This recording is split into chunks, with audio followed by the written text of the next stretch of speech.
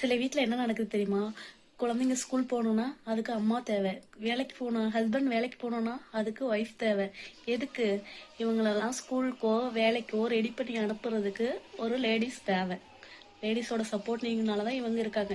ஏதோ ஒரு முக்கியமான விஷயத்துல முடிவெடுக்கணும்னா அன்னைக்கு அந்த லேடிஸ் தேவையில்லை. ஏன் நீ நம்ம ஏதோ ஒரு கருத்து சொல்ல போனா கூட, நீ ஏன் அந்த கருத்து சொல்ற, உனக்கு ஒன்றும் தெரியாது, நீ வீட்டுல சும்மா தானே இருக்க, உனக்கு என்ன தெரியும் அப்படின்னு தான் சொல்றாங்க.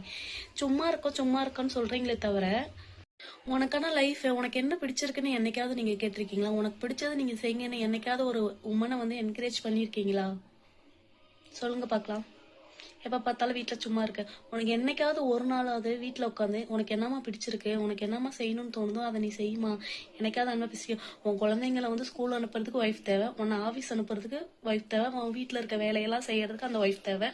ஆனா ஒரு முக்கியமான விஷயத்துல முடிவெடுக்கணும்னா நீ என்னத்துக்கு வர, உனக்கு என்ன தெரியும் அப்படின்னு சொல்லிட்டு நீங்க டாமினேட் பண்றீங்க. இதை நான் எல்லாத்தையுமே நான் சொல்ல கிடையாது. ஒரு சில ஆண்கள் இன்னமும் லேடிஸை இப்படிதான் பண்றாங்க, ட்ரீட் பண்றாங்க அப்படிங்கிறதுக்காக தான் நான் சொல்ல வரேன். இதெல்லாம் தாண்டி நீங்க வெளியே வரணும் அப்படிங்கிறதுக்காக தான் நான் இதை பேசுறேன். இந்த வீடியோ பிடிச்சிருந்தா லைக் பண்ணுங்க, கமெண்ட் பண்ணுங்க, ஷேர் பண்ணுங்க. அடுத்த டாபிக் என்ன பேசலாங்கிறதையும் சொல்லுங்க, பேசலாம். தேங்க்யூ ஃபார் வாட்சிங்.